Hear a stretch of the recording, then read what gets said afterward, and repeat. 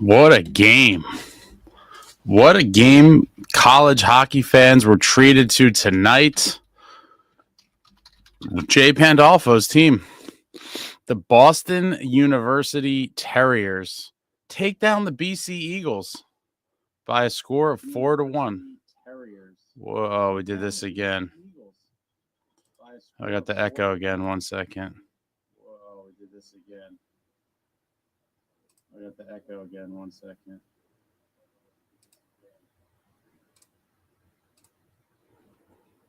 But what a great game. What a great college hockey game. BU was in trouble early. They were getting outshot big time. I think at one point it was like, I don't know, I want to say it was like 19-4 or something. They were getting dominated in the first period. Down 1-0 after one. They came back in that second. Whatever Pando must have told them in the locker room. Maybe Macklin Celebrini and Lane Hudson went in there. They were there for the lineup read, and then they probably went back in between periods maybe. But whatever happened, they came out with the jump in that second period, got goals about a minute apart, take the 2-1 lead, went into the third up 2-1. And then Cole Iserman, draft pick of the New York Islanders, made a sick steal and brought it in for a really nice backhanded goal to give them the 3-1 lead, which essentially iced the game. And then they added one with the empty net, and game over. The Boston University Terriers are Beanpot champions for the first time since 2016. A little 9-year drought ended. Love to see Pando out there. That was awesome seeing Pando with his team celebrate, seeing him behind the bench. Legend. Love me some Pando. And obviously the big story coming out of the night is your New Jersey Devils goaltending prospect. I think they said, I wish they always just would ask these people for a proper pronunciation because everyone says it differently. But I think they were saying it's Yegorov, Mikhail. They were saying Mikhail weird too. Back in the day, they just said Mikhail. Then he was like Mikhail. I don't know, but I'm gonna call him Mikhail Yegorov until we get a proper pronunciation key from him himself. But monster game. I think he finished with either 39 or 40 saves. Only gave up one goal. The defense was completely non-existent on the goal that he got beat on in the first period. Let me see if I could see the final stats here. Yeah, they just left him out to dry, and it was one of those goals there's just no chance of stopping. I'm trying to see what his final stats were here.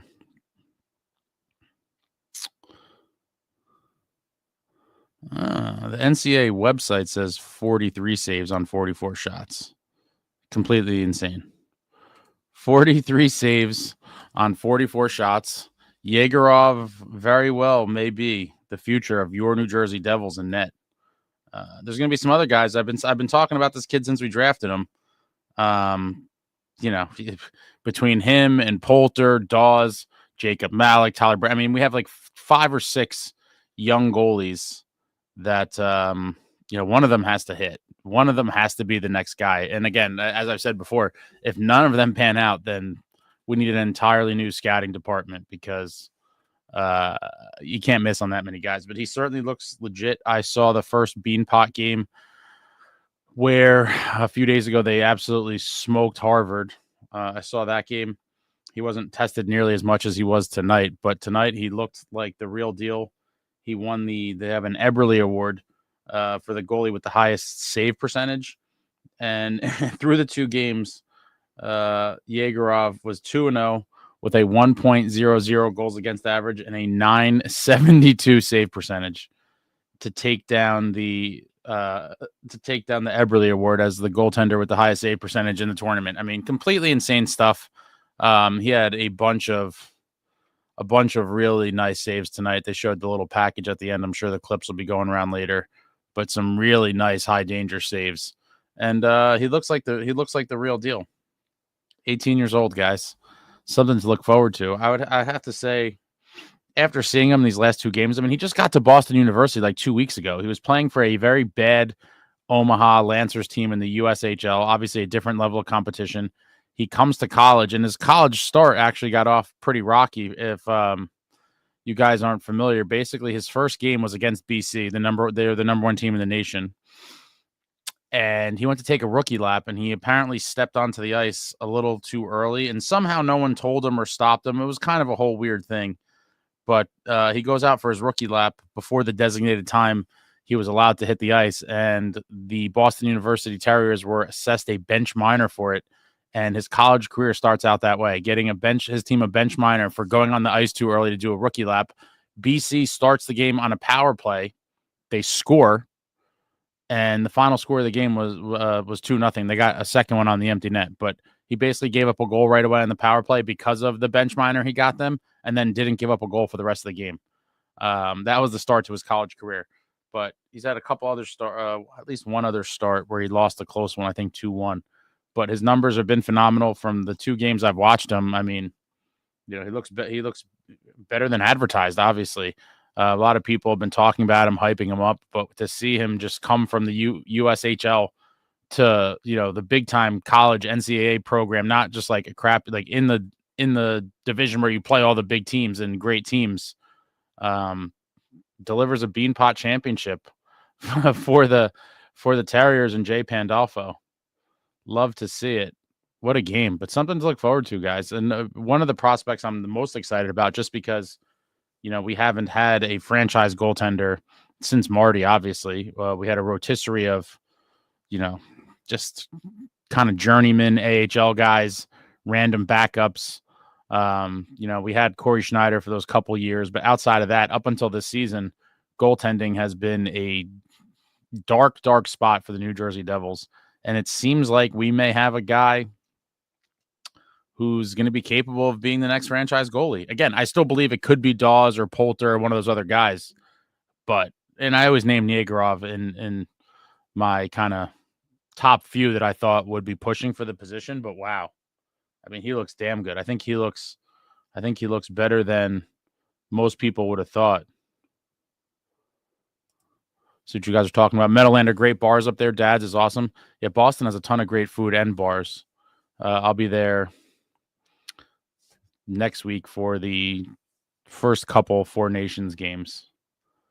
And yeah, he's a big boy. I think he's listed at 6'5". Monster in the net. Who is the child on the ice? Was that during the celebration?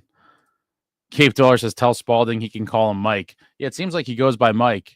A lot of the other guys were referring to him as Yegs in the post-game interviews when they're on the ice celebrating. I'm sure it's going to be some nice parties going on at BU tonight. Man, college is so awesome. College sports is awesome. The traveling devil, the future is bright. Meadowlander, I remember that second round of the draft. I think Marty made the call and we traded Marino to get this guy. Yep, we traded Marino. We got the second round pick from the Utah Hockey Club, and they drafted Yegorov with it. And then SST with some nonsense. VTech is the king of NJ. Michael asked, there was nothing Yegorov could do about that goal. Yeah. No. Wide open in front, going laterally. I mean, that was just, those are the goals that you can't stop. But what a game for him. Would have been nice if he had the shutout. But he could be legit. I'm curious to see. I'm sure he's going to be invited to at minimum rookie camp this upcoming summer. So may get a chance to get a look at him. Salayev, I'm sure, will be back. Probably Gritsuk. Yeah, I mean, this rookie camp could be interesting. There could be a lot of guys that people want to see making their either returns or first appearances to a New Jersey Devils camp. Man, if they have Yegorov plays in that rookie tournament, oh man, he's probably going to be ridiculous during the summer. Love that rookie tournament. I wish it wasn't in Buffalo. I wish it was somewhere close. Yegorov, yeah.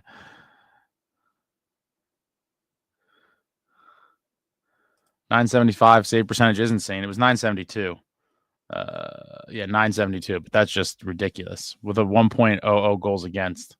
That's the type of stat line that Markstrom would have to have for SST to give him credit. If Markstrom had a .972 and a 1.00 goals against, SST would say that Markstrom is good. Tramon Devil says predict his future. Oh, man. And the prediction is he'll be traded next summer. What?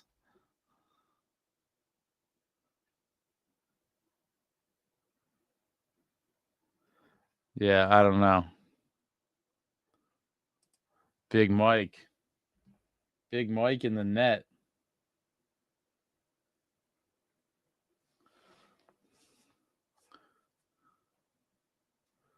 Call him whatever, just be the guy.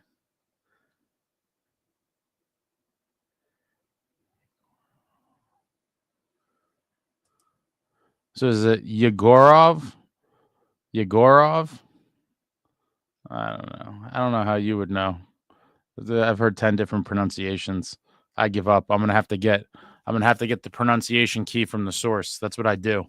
I got the Akira Schmid, not Schmid, from the horse's mouth, and then I had to get from my man Big Z from the country formerly known as Czech Republic to give everyone the Shimon Nemitz. I still don't think anyone pronounces it appropriately, but it's Shimon Nemitz, and that is from my man Big Z. Moments before Shimon Nemitz's NHL debut last season. Yep, I got Big Z on video, given the proper pronunciation. Oh, man. Yeah, the Boston University Terriers looking to win the Beanpot, and now they're going to go look to try to win that national championship. Should be interesting to see how, they look after a big tournament win like this. Granted, it's only a mid-season tournament, but it does mean a lot to all of the players and obviously the programs in Boston. It's like a 70-something-year-old tradition where all the teams in Boston play for this thing, and they get a huge turnout. Sold out crowd at the TD Garden tonight. You saw all the students there and stuff. Super cool.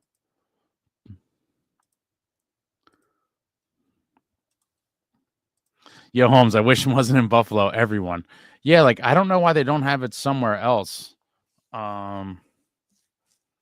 It seems like there's nobody there. Granted, I don't think it would draw a ton of people regardless of where they put it. So I guess that probably goes into it where they just don't even care about that. But for a league that always tries to make money and stuff, like if you had that somewhere in a better location, I'd imagine you could draw some fans and probably sell tickets for $10. I mean, you get a turnout more so than it literally looked like. I was watching them. They were televising them online. I think they were all streamed on the Devils YouTube channel this summer. And I was watching them, and it seemed like there was like 15 people in the stands. Like, I don't know. I could be way off. Just, maybe on TV something gets lost, but it looks like they're played in the games look like they're played in tiny rinks with very few people in attendance. Like it's not even really a spectator thing per se. Yeah, that'd be cool if they moved it. Actually, I want to see if they have next year's. I think they call it the NHL Prospects Challenge.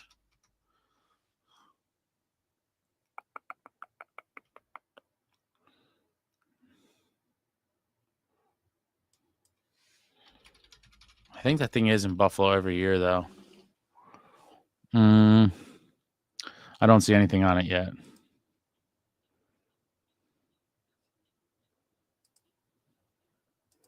But I think it is in Buffalo every year. Amagi, I'm pretty sure it's.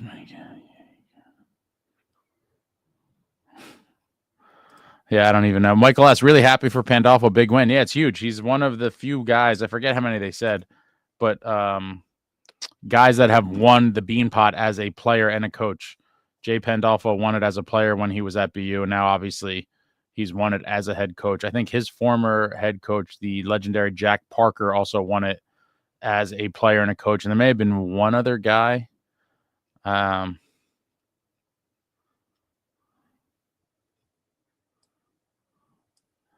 under the Ranger prospect Perot looks good. They'll meet again. Yeah, I mean, a lot of NHL talent in this game. We saw Cole Eiserman, a New York Islanders draft pick, Barry, that he kind of put them away with that third goal, the sweet backhand shot. BU's got some other guys that are going to be in the NHL as well. The Hudsons are all going to be in the league. Just looking at something else here. Yeah, Ryan Leonard on BC's a Capitals draft pick. A lot of NHL talent between these two teams. And it is crazy how in the past, I don't even know how many years, but it's been fairly recent that college has become a kind of viable route for guys trying to make the NHL. Back in the day, you would see very few guys that came from college. I mean, they always existed, obviously, but they were few and far between, and it was way more common to see guys from either overseas leagues or obviously the juniors, and that's where most of the guys came from. But now more and more college is becoming a viable path to the NHL for a lot of these young players. Supernova 68, we need to finally jump on the Russian bandwagon. I guess we'll see, right? I mean, you know, traditionally, over the years, the Devils have always had not a ton of Russians, but throughout the time, they've had their fair share of them. You know, I don't particularly care what nationality the players are. Just get me guys that are hungry to win and give it effort. I do like my gritty North American forwards, though. My gritty North American power forwards. But I'm trying to think, who was the last great Russian Devils player? I mean, there hasn't been too many. I mean, obviously Breland is like the go-to, 3-time Cup champ, Ring of Honor member. But outside of that, I mean, they brought Mogilny in, but he wasn't like a drafted Devil. Let's see.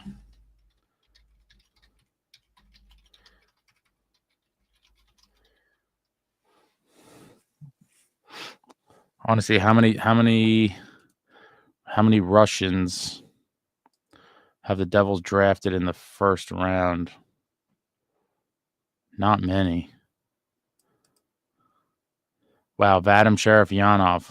Anyone remember him? 1994 first rounder.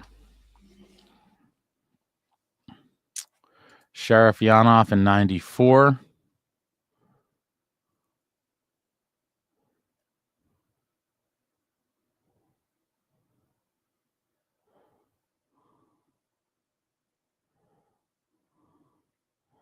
That might be it. As far as first rounders.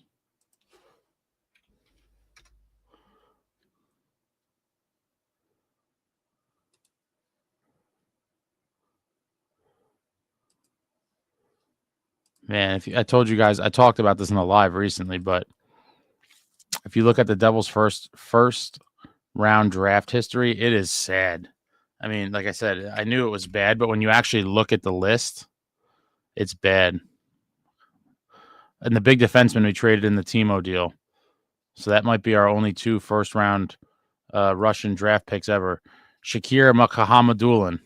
What a mouthful. Making sure I didn't miss anybody. No, I think that's it. Wow. Only 2 Russians in the first round. In 94, Vadim Sharafyanov. And then 26 years later, Shakir Makhamadulin. That's a total mouthful. Dano definitely dodged a bullet there. What's the 14 mil times 8, Traveling Devil? Meadowlander, did you notice the BC center, Latorno? He is 7'6", parked in front of the net all night. Is he really that tall?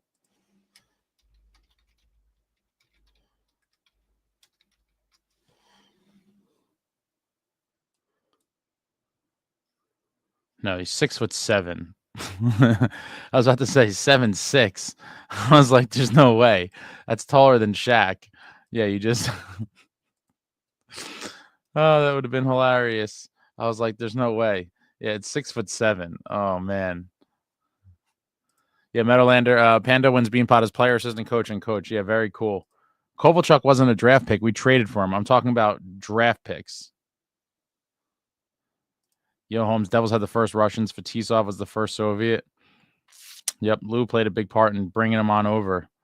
Mogilny, the Mogilny documentary is crazy. If no one's ever seen the Mogilny documentary about how he came here and stuff, it's pretty wild. Pretty wild story. I mean, he essentially risked his life.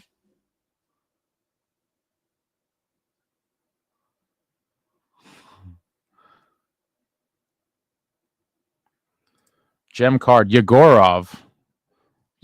That's going to be a hard one for me. Yegorov is the man, the future of our team. I hope he is.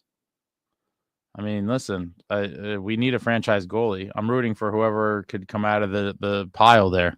Poulter, Dawes, Yegorov, Jacob Malik, Tyler Brennan. You know, there's a bunch of guys. It does seem like, I think for next season, it probably will be Dawes if I had to bet on it.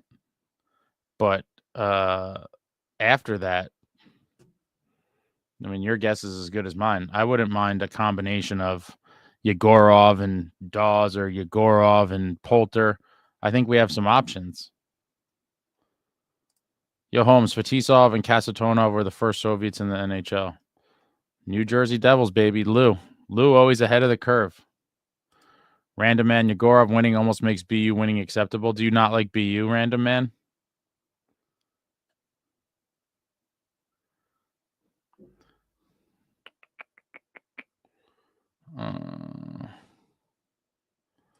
Random Man, we were supposed to get Schneider, but Rangers stole him from us. Yeah, 6'7".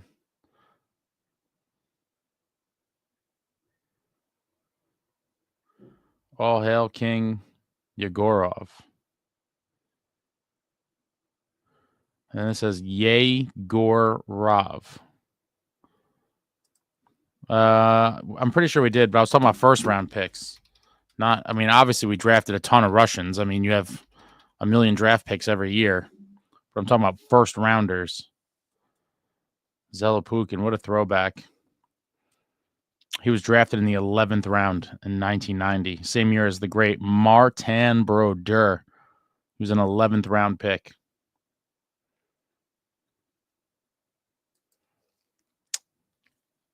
It's so crazy, right? I'm trying to get to the bottom of it, but I don't think we'll ever have the answers. Alexander Mogilny clearly did something to someone. I don't know what he did and to who, but he clearly has angered someone with clout on the committee, because it just doesn't make any sense. It just doesn't make any sense that this guy is still not in the Hall of Fame. And at this juncture, I have to believe since he's not there now, you know, what would change for them to put him in? Sadly, I mean, I would have thought honestly that he was like in the first few ballots he would have got on, but this guy's been eligible forever now, and they're not putting him in, so it makes me believe like that he'll never get in. And again, I wish I knew the backstory. It's definitely interesting because it just seems like a slam dunk almost. But for whatever reason, they don't want to put him in. And it's a shame. It's a damn shame. What a great pickup by Lou Lamoriello to bolster that 2000 Cup run. What a team. What a team. And what a great addition Mogilny was. Not to mention that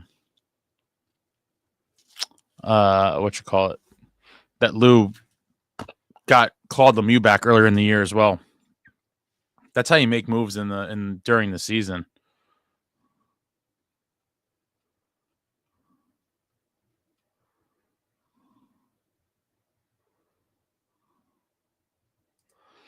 Random Man, 2020 draft. Rangers traded up pick before us and got Braden Schneider. Fitz panicked and got Shakir Mahakmadulin. I am still mad. I mean, listen, I'm very anxious to trade first round picks, because when you look at the history, I mean, I know people obsess over them, and I don't know why. Just go look at the first round history, and it's like, my God, we've whiffed so many times, and they're not even like small whiffs. Like, they're like massive whiffs. It's crazy. Like guys that weren't even like didn't even have real NHL careers.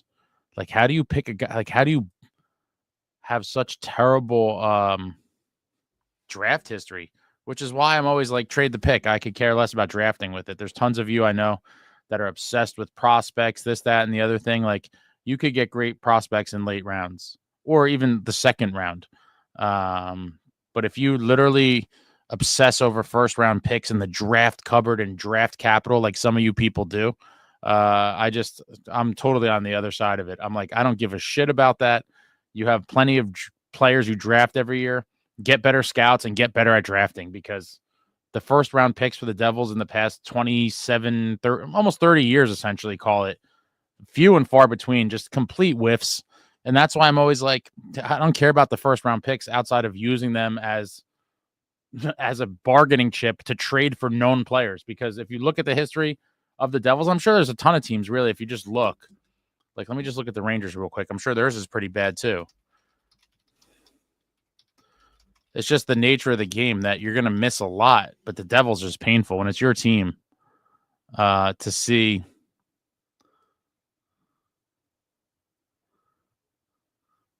I mean, yeah, the Rangers is pretty bad too. I mean, wow. Yeah, whiff. I mean, they whiffed on a ton. Oh my God. Yeah, theirs might be worse than ours. Holy shit, it really might be.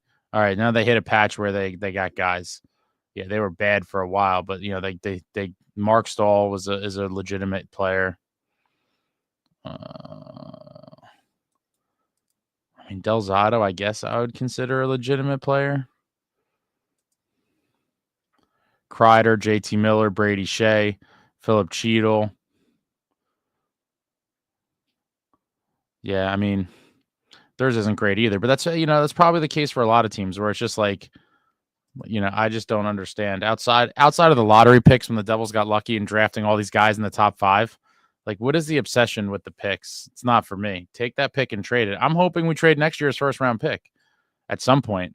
I don't know that Fitz will dangle it out this year or teams will really want it, but I do think that could be a major trade chip for the deadline next season, is the first round pick.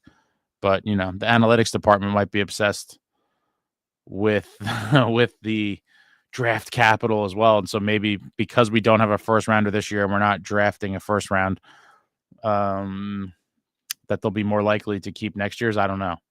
But I'm always in the thing of trade it. Just trade it. Just trade that pick for something that could help us win now. Random man, why isn't Elias in yet? Patty's a very interesting case. If I'm being honest, years ago, I did not think that he was a Hall of Famer. I think he had a great career, and I just thought it was just shy of a Hall of Famer. He has 1,240 games played, which is insane. 408 goals, 617 assists for 1,000 points. I feel like if he hit the 500 goals, he would be nearly automatic, I would say, because if you're talking about a guy with over 1,200 games played, if he had 500 goals and however many assists for over 1,000 points and 2 cups, I feel like you got to put him in. I just feel like he's kind of right on the fence. But with that being said, and I hate to keep using this guy as the example, but to me, if Eric Lindros is in the Hall of Fame, then Patrick Elias is certainly a Hall of Famer. I mean, Lindros was a huge star for however many years, but in the end, the guy never won anything. He didn't even play 1,000 games in the league. I understand like his points per game, and people point to that. Like, great, he averaged over a point a game, but in the end, he played 760 games in the league and had 865 points. Like, I don't know. I just with no championships, so no cups. So if you put a guy like him in, I think Patty's deserving, but I don't think it's as obvious. To answer your question, I don't think he's as easy of a selection for the committee as some of these other fancy names are. And because Patty kind of flew under the radar, I would love to see him get in one day. I do. I think with some of the guys that are going in, it's like I think he's deserving. I mean, he played on one of the best lines in the league, the A line, for that year and a half or however long they were together. 2 cups, great team player. I would like to see him get in, but I just don't know. I'm curious what other people think about that. What do some of you other guys think? Do you guys think that Patty is a Hall of Famer or will get in?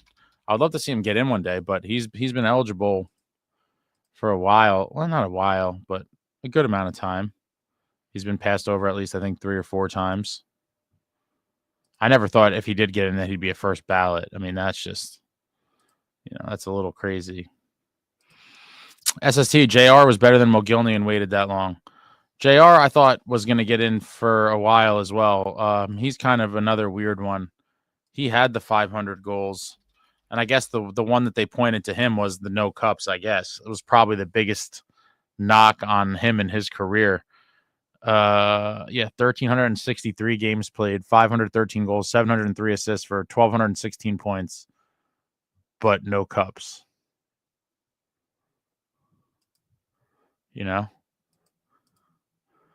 I'd be curious, SST, who do you think had the better career, Jeremy Roenick or Patrick Elias? SST.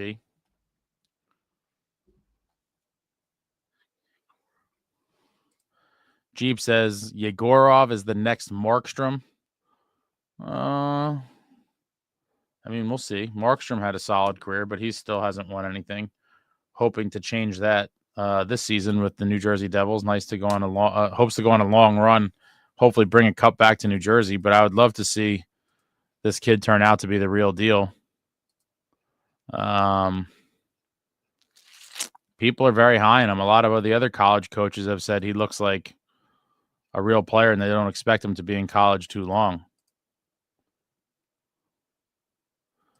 Mogilny will get there eventually. I don't know. Yeah, Yo Holmes, how bad were the whiffs, dude? When I look at this list, I get sick to my stomach. Like, not to single guys out, but I'll single out a few. Like Lance Ward in 1996. What? Lance Ward? Why we wasted first-round picks on goalies is insanity. We were using first-round picks when Marty was our starting goalie, playing 75-plus games a year. We wasted a first-round pick in 1997 on Jean-Francois Damphousse. Like, why? I remember even back then being like, what the hell are we drafting a goalie for? Like, what, to be the backup? Like, best case, this guy becomes a starter in 10 years. And little did we know in 1997 that Marty was going to go on to play another 16 years. But Jean-Francois Damphousse, a goalie in 1997, ridiculous. Mike Van Ryn in 98. I mean, come on. Then we hit on Gomer big time in 1998. Shout out to Gomer. 1999, we draft another goalie, Ari Ohanen. Like, why? Especially after you just drafted Damphousse 2 years before. Like, what were we doing drafting goalies in the first round during the prime of Marty? During the prime of Marty, we're wasting first rounders on goalies. Like, what?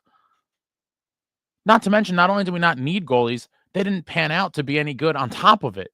So not only did you draft a position that you shouldn't have even wasted a first-round pick on, they used the pick on guys that didn't even pan out. I mean, I remember being furious about it at the time and being like, what the hell are we doing? But maybe that was the birth of me, not really valuing first-round picks to draft with. David Hale in 2000, Arian Foster in 2001. My God. 2003, Zach Parise. That's a hit. 2004, Travis Zajac. That's another hit. Two good players in back-to-back years. And then we just go through a bunch of just sorrow. 2005, Nicholas Bergforce. 2006, Matthew Carenti. 2008, Matthias Tedenby. 2009, Jacob Josephson. Oh, my God. 2011, Adam Larson. He's had a pretty solid NHL career. And then we go back to junk. 2012, Stephane Matteau. 2014, John Quenneville. I mean, my God. I'm not going to sit here and relish in this, but this is just get on board, guys. Trade your first-round picks. Trade your first-round picks for known commodities, and let's win right now. Let's win now. These first-round picks, odds are the first-round pick, if it's not in the top 5 or a lottery pick, it's not going to do anything for us now or ever. Trade those pieces for win now. See the light. Yo, Holmes, problem is Utica has no real center and forward prospects. Yeah. I mean, it's true. We have some guy. I mean, we have a couple guys that aren't in Utica yet. I know a lot of people are kind of split on Gritsuk, but he seems pretty, at least promising. The kid, Haminaho, he should be pretty legit. He looks pretty good in a camp I saw, and I think he's been playing pretty damn good this year. Let me see. Yeah, Lenny Haminaho. 20 years old. What's he doing this year? Yeah, he's got 38 points in 45 games, 16 goals, 22 assists for, I don't even know how to say this team in Finland, but in Liga.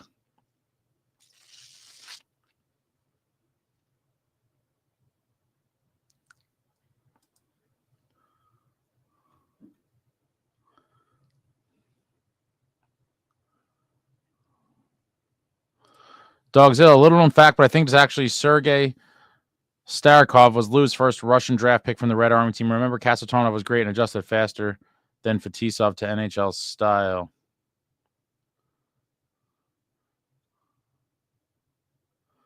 Bunch of political stuff that I don't know enough about. Let's go Devils 95, 2000, 2003. Ace, a little late to the stream. Heard Yegorov had a monster game. Kid's got potential. He did have a monster game. He had 43 saves on 44 shots. He won the Eberle. Let me double check. I think it's the Eberle Award. The Eberle Award for the goalie with the highest save percentage in the tournament, which through the 2 games, his save percentage was .972 to go with his 2-0 record and his 1.00 goals against average. What an absolute beastly couple games at Boston University for this young man. What a little tournament. He had himself a Beanpot. He really did. It's funny with all those whiffs. David Conti is considered an expert. Yeah, I guess he was trading heavily off of his earlier career, some of his earlier drafts. I'm trying to see, what year did he start with the Devils?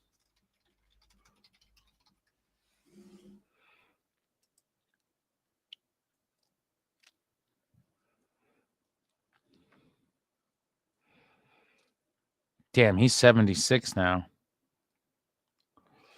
Yeah, so he started with the Devils in 84, 85. And now he's with Lou on the island. Lou takes everybody. It's crazy. 84, 85. Yeah, so then I guess, he's made his name off of a few players. And I guess, namely, we're going to go, Brendan Shanahan in 87, the great Martin Brodeur, and Scott Niedermayer. I mean, that's basically the legacy of David Conti. And then I guess Zach Parise, mid-round pick in 2003, is probably the next best pick.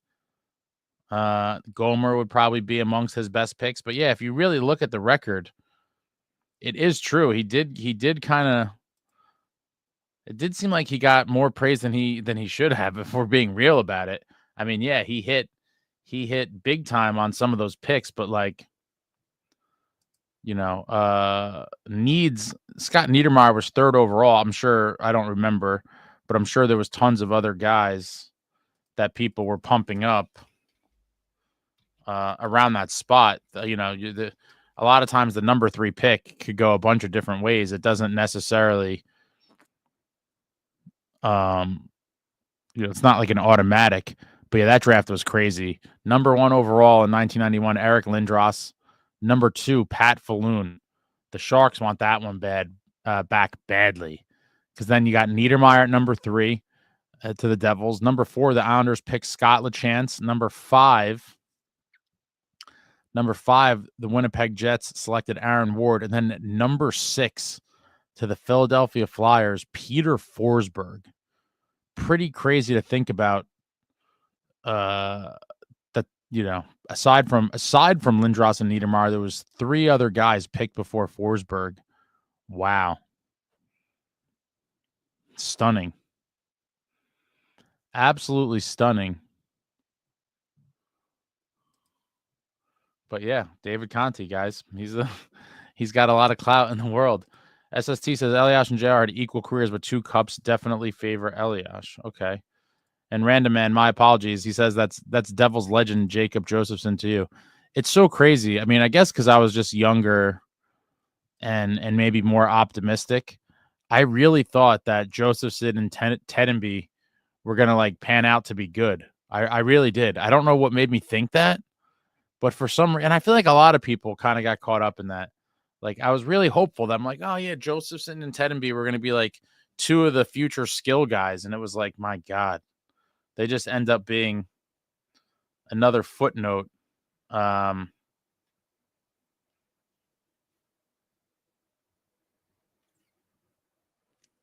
In poor Devils drafting history. Brendan says, I love Josephson and Larson. Random man, by the way, rule of thumb in NHL draft is top 10 or good chance of being good, and any pick below that are the mystery boxes. There's plenty of mystery box picks in the top 10 as well. You go in any given year, there's always going to be at least 3 or 4 that were just like, what? Like, what? How? And I just even this random one that I had pulled up for 1991, it was like, Pat Falloon, Scott LaChance, Aaron Ward. Like, wow. That's 3 picks of guys not named Niedermeyer and Lindros that were picked before Peter Forsberg. Wow. And at least like Scott LaChance had a he played 800 games or whatever in the league. Like, yeah, he at least wasn't a complete bust. And the same with Aaron Ward. But if you're talking about, guys that are selected before Peter Forsberg, I mean, wow. It's wild stuff. Forsberg was always one of my favorite non-Devils in the league. I always love watching Forsberg. Yeah, let's go Devils 95, 2003. How about known Devils legend John Quenneville? Yeah. John Quenneville, Devils legend. I mean, yeah, what were these picks? I mean, I just don't know how people could be obsessed with using the picks to draft with after you look at this history or you lived through it. Like, if it's a number 5 pick, okay. And I understand people were torn on the number 10 pick. And, Salayev, the way it all played out, Salayev fell to us. And a lot of people thought, by all accounts, he was going to be like a top 5 guy. So then it was like even more enticing for the Devils to draft with the pick, because now they're like, oh, we're stealing this guy at number 10. Like, he fell to us. He should have went in the top 5. He didn't. And now it's like it's a miracle in June that we could draft him with our number 10. So, like, I could get on board with that. Like, fine. I hope Salayev pans out to be what everyone's hoping he's going to be. I mean, he's a monster guy. I think he's listed at 6'7", and he's still in a child's body. When he fills out, he could be an absolute monster. And a lot of people think he's going to be a part of a future blue line with the likes of Luke Hughes, Seamus Casey, Shimo Nemitz, etc., etc. But no first rounder this year for your New Jersey Devils, assuming they don't fall and they don't end up with the top 10 picks. I believe we traded our first rounder this season to Calgary in the Markstrom deal, and it's top 10 protected. So assuming we make the playoffs, we will not have a top 10 pick, and that pick will go to the Calgary Flames. So we will not have one this year. But how about Mikhail Yegorov? Yegorov. Is anyone here? I don't even know. I'm falling asleep. I'm so tired. Shoveling the snow killed me yesterday. Shoveling the snow yesterday really killed me. Yo, Holmes, Tedenby and Josephson were the worst back-to-back first-round picks. They're in the conversation, but you're saying they're the worst back-to-back picks? Hold on, I may have to raise you.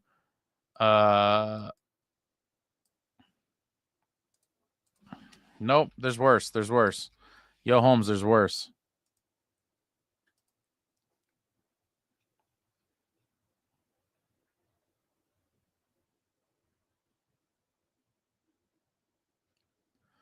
Yeah, I'm gonna have to say, yo, Holmes,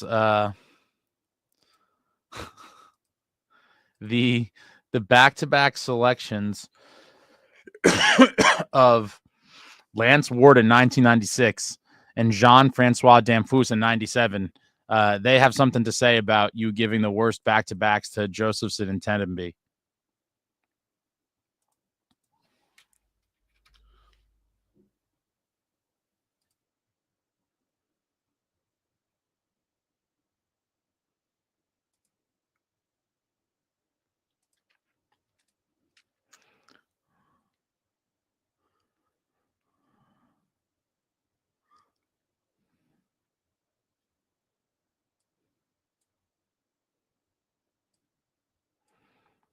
Mateau and Quenneville's pretty bad. It's really sad. It's not even funny. Like, I don't even know why I'm laughing. I should be crying. Terrible. Devils should have drafted. Michael, okay, Ace, thanks for the stream, but I have to sign off. Let's go Devils. Have a good night, Michael. You're probably long gone. I don't know how long ago that was. Jeff, hopefully the first of many North American accomplishments for Big Mike. Yeah, hopefully the Beanpot is just the beginning. Hopefully it'd be great to see him go on and win an NCAA championship with the Terriers and then come to New Jersey and win a cup. It'd be beautiful. A North American hockey trophy story would be great. Dogzilla, yeah, Starikov was on the cover of Sports Illustrated back in the day. It was getting wild.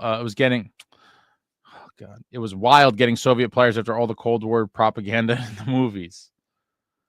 Metalander, are you doing post after every Four Nations game?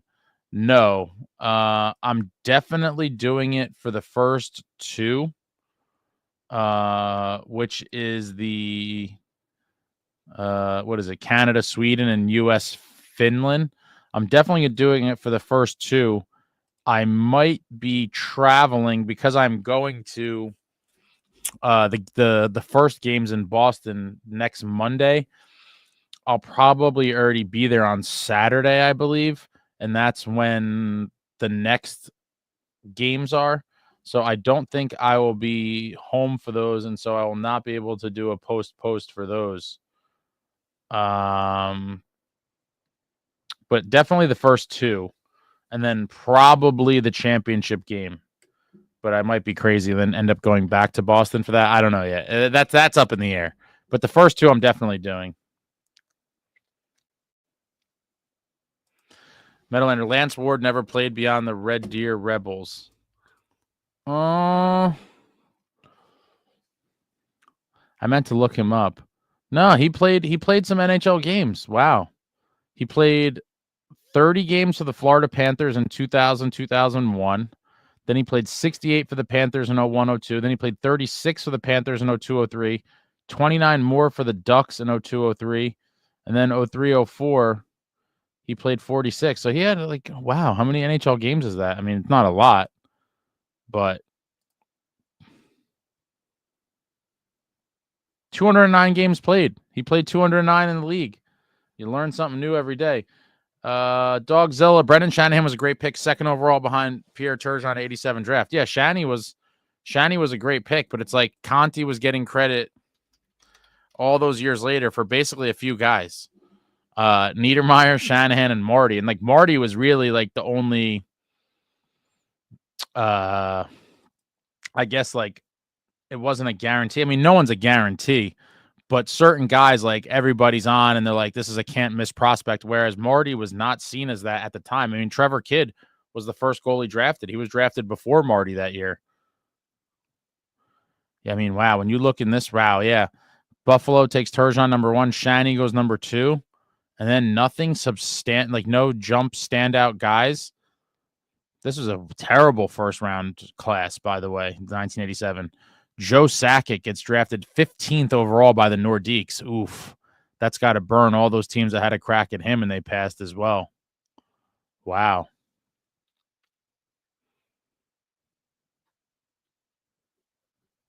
It is interesting to go through drafts and just kind of look where guys were picked. Pretty cool. Brendan, I'm here, Ace, listening in from Seattle. You ever hear of a 1980s Devils player named Mitch Wilson? He played on the Devils in 86, 87. Saw his jersey recently in a Washington State bar in, how do you say that? Dos Wallops? Dos Wallops. Mitch Wilson, that one escapes me. How many games did he play in the league? Again, way before my time and when I was a fan. I was a little baby. Yeah, he only played 9 games for the Devils in 84, 85. So it was 84, 85 he played for the Devils, 9 games. And then he played 17 games for the Penguins in 86, 87. That was his NHL career. I wonder what the hell happened in 85, 86. There's nothing listed here. Maybe he must have been in the minors. Let me see. Yeah, he played for the Devils AHL team in between. The Maine Mariners. boast some alumni such as Kenny Danico coming up. The old man, what's going on? I'm on lunch at work. Did BU win? Yes, they did. 4-1. Mikhail Yegorov with a monster 43 saves on 44 shots, allowing only 1 goal against. He was an absolute beast and won a goaltending award for the Beanpot tournament. They call it the Eberle Award, and it's given to the goalie with the highest save percentage in the tournament, and he finished the tournament with an outstanding .972 save percentage. And so he was the winner of that award. 2-0 in the Beanpot, brought the first Beanpot back to BU since 2016. And wow, what a start to his college career, honestly. Looking like the real deal. Oh, for those of you that are longtime fans, I forgot to mention this. Tomorrow at 7 p.m. will be the premiere of part 1 of my interview with former New Jersey Devil Cam Jansen. Cam is the absolute man. I talked to him for a while recently, and so I think it's too long for people to digest in kind of one sitting. People, I know, short attention spans. And so I'll put the link in the description. Cam Jansen interview part 1 drops tomorrow, 7 p.m. It's a premiere, so it's like it plays live, and there's a little chat thing. I'll be in there for anyone who shows up for that. But longtime fans, I think you'll enjoy it. Part 1 of 3. The next 2 parts will also come out during the Four Nations break, amidst all the other stuff going on. I'm very excited to see how the Four Nations kind of goes. I think it could be cool. I think it will be cool. I know a lot of people that actually aren't into it, and I just don't know how, if you're a hockey fan, how you wouldn't be into it. But I have a couple of friends that are just like, I don't care about it at all. And then there's the people that are like, oh, it's dumb, you're risking injuries. I'm like, you sound like the owners now. Like, that's the angle, that the owners have taken for years. Dose Wallops. Do you live in Washington State, Brendan? You probably told this before, and my bad. My brain is mashed potatoes, and I can't remember a lot. I have CRS. I can't remember shit. Sorry, they said 86, 87 on his jersey in the bar. Well, they were wrong, Brendan. The next time you're in Dose Wallops, you better tell them your jersey's labeled incorrectly, because that man was on the Penguins that year. Cam the man for sure. Cam is great. You guys should check out his podcast. I've talked about it a bunch of times. He had Marty on very recently, which was super cool to see. Love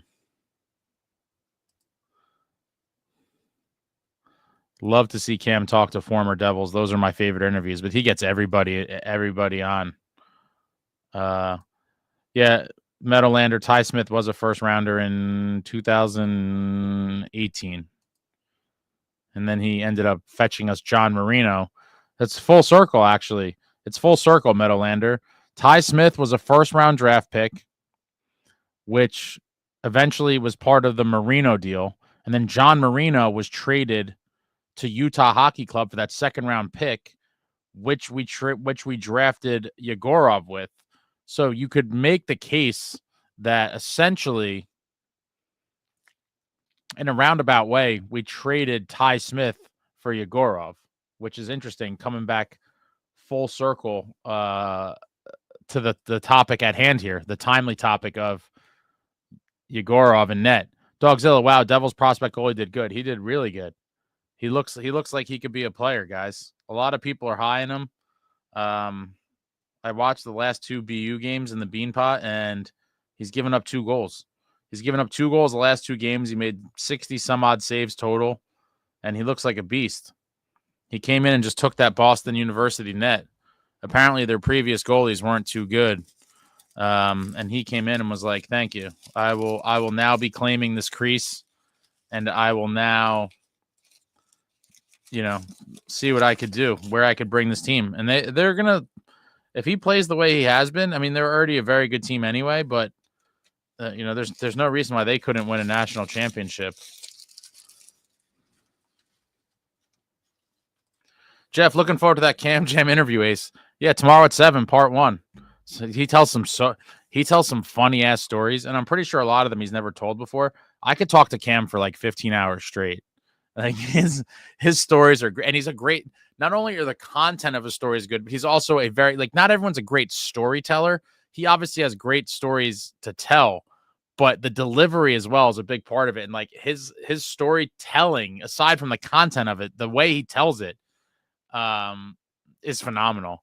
Yeah, shout out to Cam. Cam is the absolute man. But yeah, you'll see part 1 tomorrow. And I think I have them spaced out. Let me look here. I haven't posted them yet, but I think they're basically spaced out like every 5 days. So like the next one will come out 5 days later, and then part 3 will come out 5 days after that.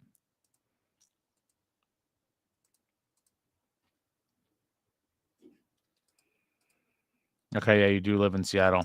How far away do you live from the Kraken arena? Dogzilla, my 10-year-old plays Squirt A here in SoCal. Trust me, the kids are pumped for the Four Nations.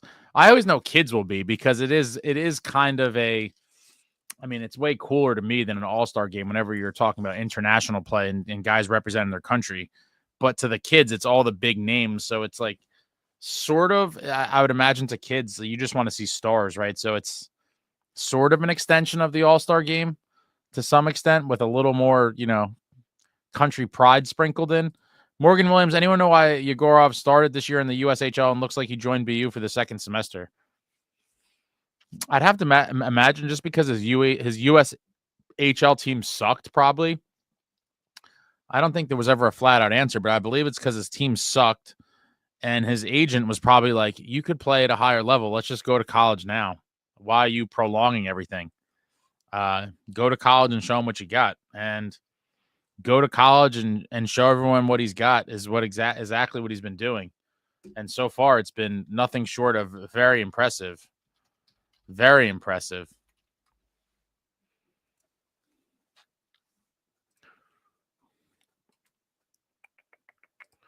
Yeah, I just read that. It's a scene. You just hit that twice. Yo, Holmes, that's some old school media guide reasoning right there. What was that in reference to? Media guide reasoning. I'm trying to think what I said a couple of minutes ago that would go to, but I can't remember.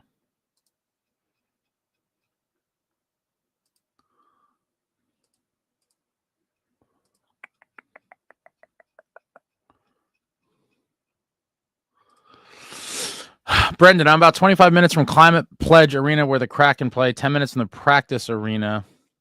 Devils play once a year in Seattle, never miss it. The Devils fan in Seattle die hard. Are the practices open to the public? Can you just go to practice anytime? I'd imagine you can't.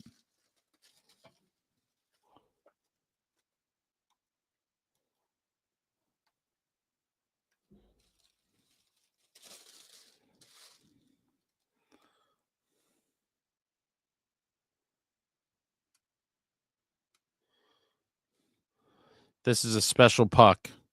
This is a very special Seattle Kraken game use puck from that game you attended about a month ago, Brendan, or 5 weeks ago. Can you guess what this puck is that I'm holding? It's a very special puck. I'm curious if anyone could guess exactly what this is.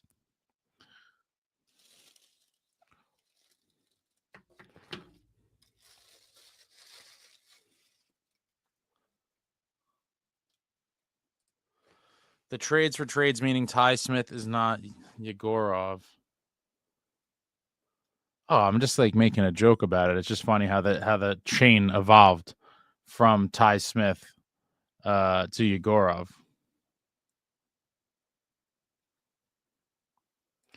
Amagi, my friend went to the Kraken Arena and he said it's eco-friendly. The seats felt like you were really sitting on recycled garbage. Oh, that's terrible. Are they that bad? I mean, how bad can they be? But, I guess I would have never thought, a couple years ago, if someone said, oh, you're going to get paper straws everywhere because that one turtle, they put the video out of the plastic straw up his nose. So now we have to drink out of disintegrating cardboard straws for the rest of our lives, seemingly in most places. But shout out to the places that still have plastic straws. Those cardboard straws are atrocious. I hate them with anything. And they're actually even worse they disintegrate even quicker in alcoholic drinks. And if you're drinking like a stiff drink on the rocks, like your boy often does, if you get a straw, they basically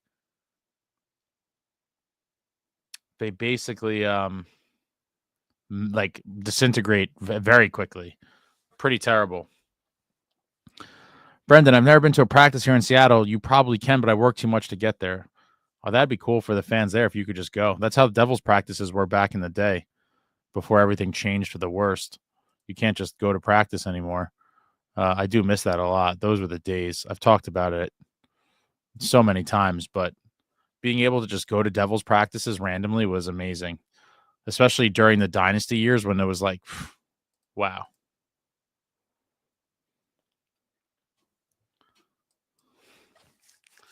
Brendan, it looks like the limited edition puck that got ace at Climate Pledge.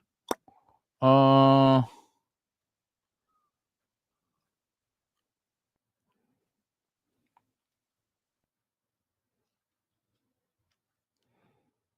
don't know what that means. Morgan, was that puck like Jack's 300th apple or something? I'll be honest, I don't care about stuff like that. When they're like, oh, the 200th this, the 300th that. Like, okay, it's kind of cool, but like, are you going to say every round number is like a milestone? Like, there's 250th assist. Like, I do think people have gotten carried away with that sort of stuff. Like, to me, not everything's a true milestone, but it's actually not a goal puck. So to answer you, Alex, it's not Nemet's first NHL goal puck. Most guys keep those too. They do pop up every now and then, like a first NHL goal puck, but they're definitely few and far between. Most guys keep those. Brendan, they're not bad, and craft beers of the game being $10 are a great deal. I mean, that's the sad part, is that now people celebrate $10 beers at a game as being a great deal. I remember like back in the day when they were $8, and you're like, $8 is a complete ripoff. But now everything's just comparative, right? So when you're used to seeing beers for 15, 16, 17, $18, now when you see a beer for $10, you're like, that's a great deal. But in reality, it's still a shit deal. It's just not as bad of a ripoff as you're used to. It's so sad what sports events have become. The old man, do you drink bourbon? I drink pretty much everything, but I'm not like, there's people that are like super knowledgeable about it and all that stuff. Like I'm nowhere near that sophisticated, but I drink a lot of different things: bourbons, whiskeys, scotches, tequilas. Meadowlander, Trump actually signed an exec order banning paper straws today. No lie. Is that real? Oh, wait. Is that a real thing? Oh, my God. This is real.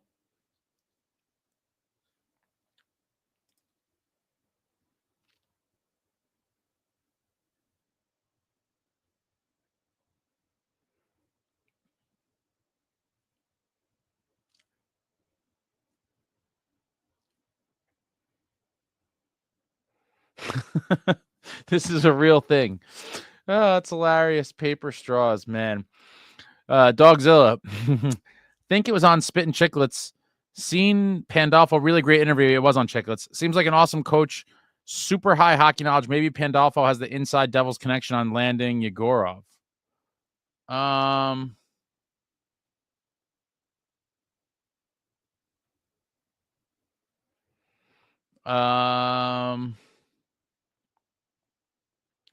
When did he commit there? Let me see something. That is an interesting theory.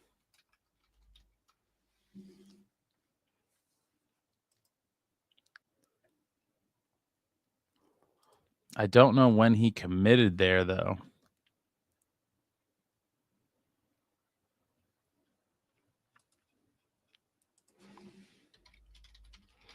But either way, it was last February. Okay, so he was definitely on. I mean, it's possible. I'd be so curious if he tipped off the Devils about him or not. He was committed to. BU. So obviously Pandolfo, I'm sure, knew a lot about him. And then the Devils drafted him, I guess, 4 to 5 months after he committed to BU. It's a very interesting,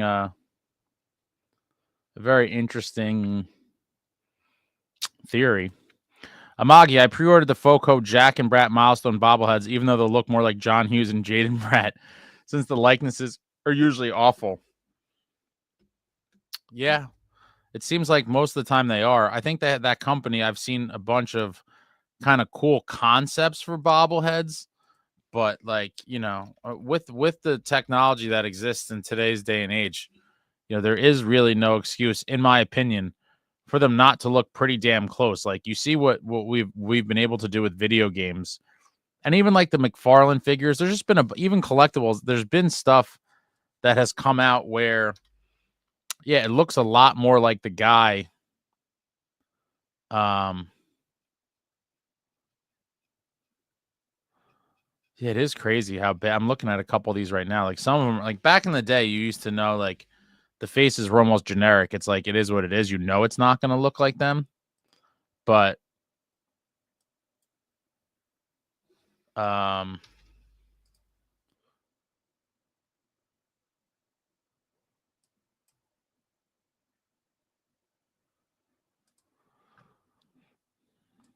yeah, it is disappointing. Like, just make it look like the guys. The technology's out there.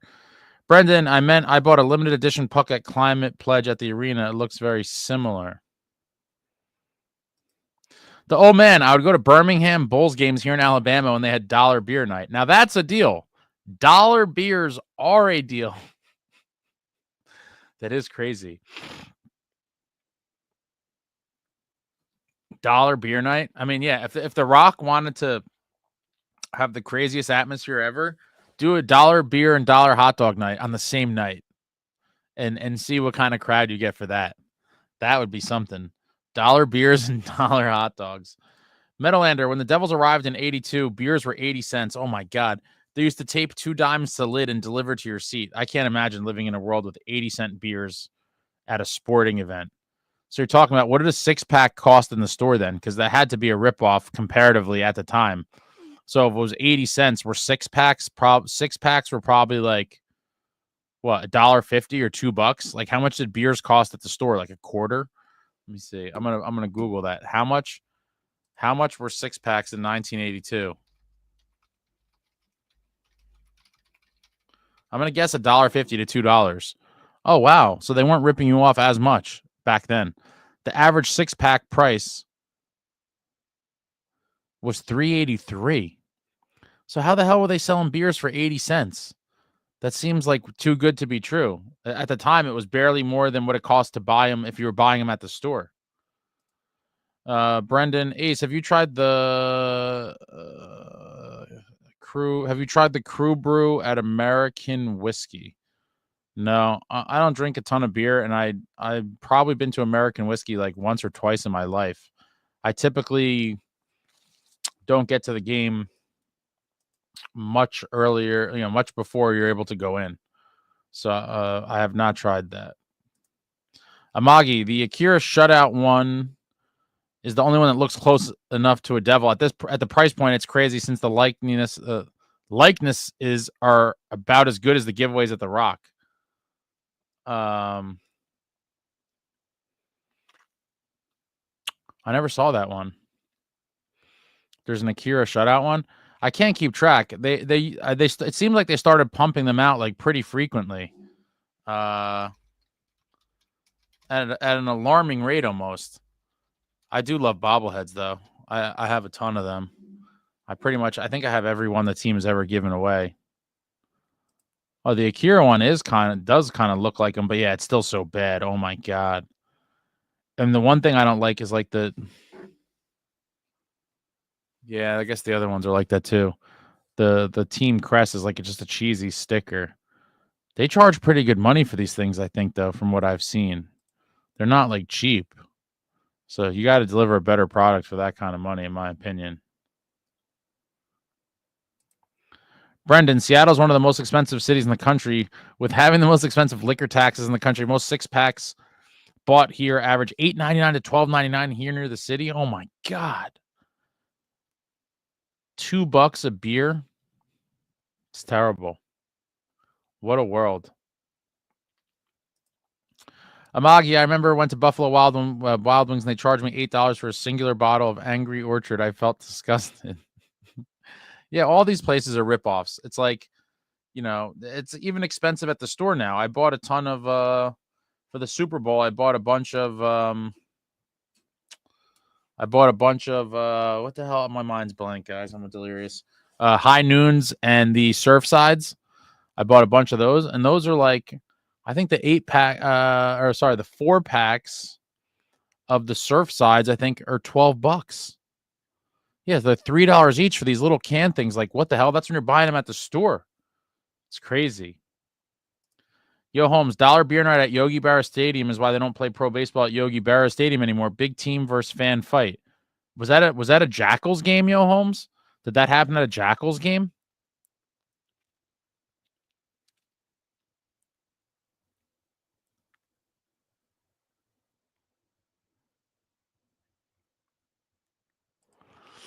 Husky, nice goal from Casey in overtime against the Sens a couple days ago. Yeah, that was a real nice OT goal by Seamus Casey, showing the hands.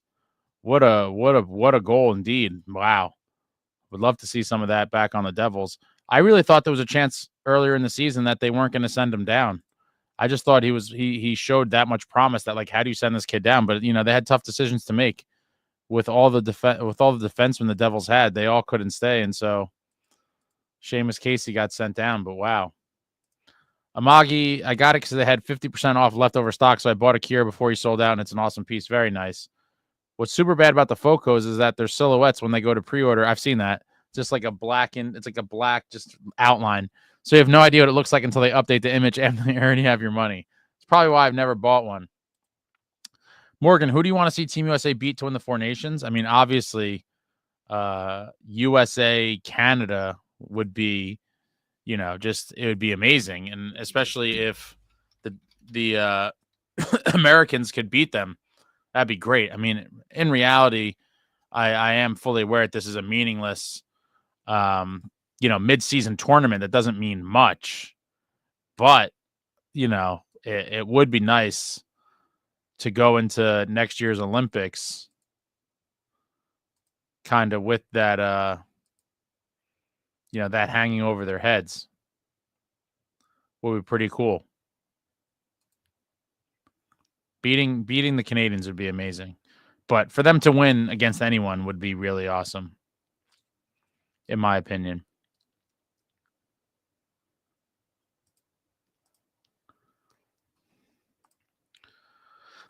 Then the product you get in hand looks worse, like the Jack Nico Stadium Series one of their tracksuit walk. And I have that one, and they both look like each guy went one-on-one with Rempe 10 times in a row. Yo, Holmes, what year was this? Jackals game versus Sussex Miners. I only over the years, I probably only went to like 2 Jackals games. But one of my buddies a couple years ago was bringing his kid quite often. And then when he found out they moved, where they moved, like they started playing in Patterson or something. Like, he was furious. He's like, man, I'm not going to go to the games anymore. Like, I liked going to it at Yogi Berra Stadium. Like, he was super pissed when they moved. Yeah, what do they use that stadium for now? Is it used for anything? The tracksuit warm-ups. Oh, man. The old man, damn, a bottle of Wild Turkey Rare Breed is like $50 here in Bama. Wow.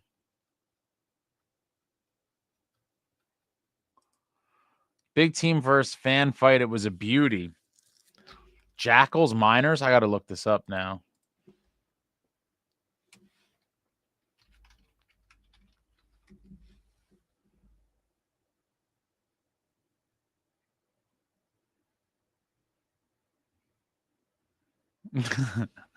Jackals Miners. Oh, there's a lot of. Oh yeah. Also, I meant to tell you guys, if you haven't seen it, there's there's a lot of, Jack Hughes kind of stories and clips and things out around the first day of the Four Nations. A lot of clips. I just saw the Devils put one up. For, I guess it's, Hughes and Hall talking at the Four Nations. So, I have to catch up on all my, hockey media for the day.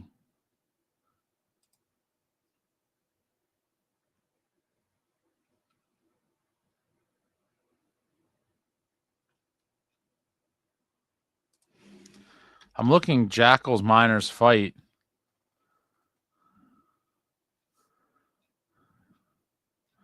Somehow there's no video of this. Or at least I haven't seen it yet. I'll continue to dig for that. The old man Canada has trash between the pipes. I mean, it's not as good as the American goaltending, but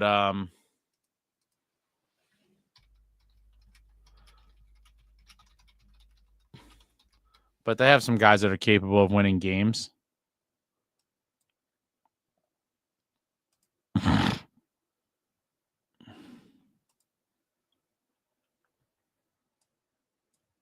Hellebuck should shut it down. Hopefully he's the difference. With Team USA having a great roster as is, Hellebuck and Ned is an X factor. Denmark wants to buy California for $1 trillion. Make that happen. I have no idea. Is this a real thing?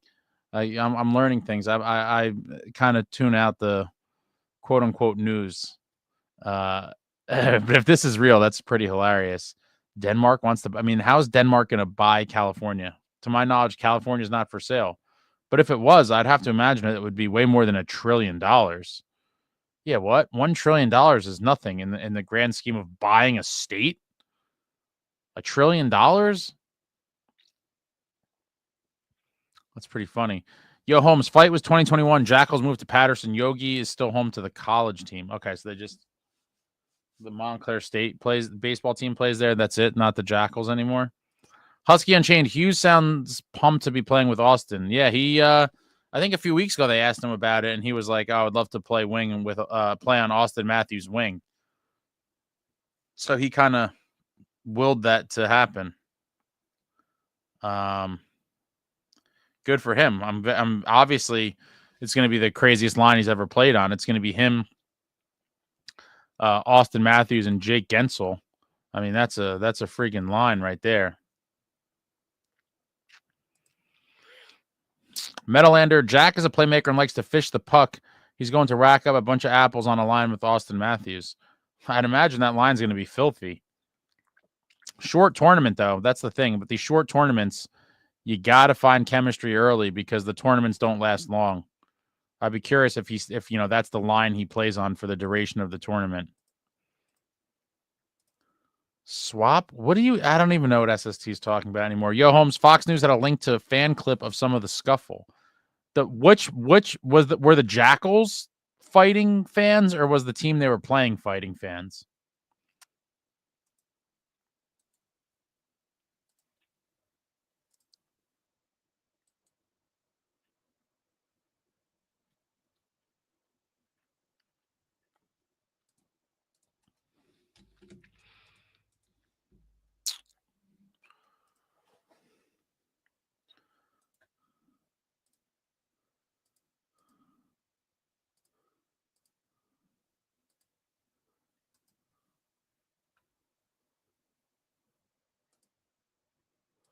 Yeah, hopefully Holla gets a major spark from the Four Nations. Hopefully they all do. I mean, obviously Jack and Brad are having decent seasons, but if they could come back fired up, like super fired up from playing in this tournament with some of the best players in the world, that'd be swell. Would love to see them come back fired up and just on a mission to get this thing going in the right direction for your New Jersey Devils. But all right, that's it, guys. Mikhail Yegorov looks like the truth. He won the goaltending award to Eberle. 972 save percentage in the 2 games of the Beanpot. The Boston University Terriers take down the BC Eagles by a score of 4-1 in the Beanpot final. Jay Pandolfo and Mikhail Yegorov are Beanpot champions. Yegorov will be looking to be the future franchise goaltender for your New Jersey Devils. But thank you all for joining. The Cam Jansen interview, as I mentioned, part 1 will drop tomorrow. You can check it on the channel. It's set up for a premiere for tomorrow night at 7 p.m. And that's it. I'll be back doing a post game live on Wednesday after the Canada-Sweden game. I'll be doing a post game for that. Wouldn't mind seeing Bradder light up the Canadians, but very interesting to see the first game of the tournament. Will be very interesting. Very excited for it. I know a lot of people aren't, but I am. And that's it, guys. That is it. Have a great evening. I will see you all soon. Cam premieres tomorrow at 7 p.m. Thank you all for watching. I love you all.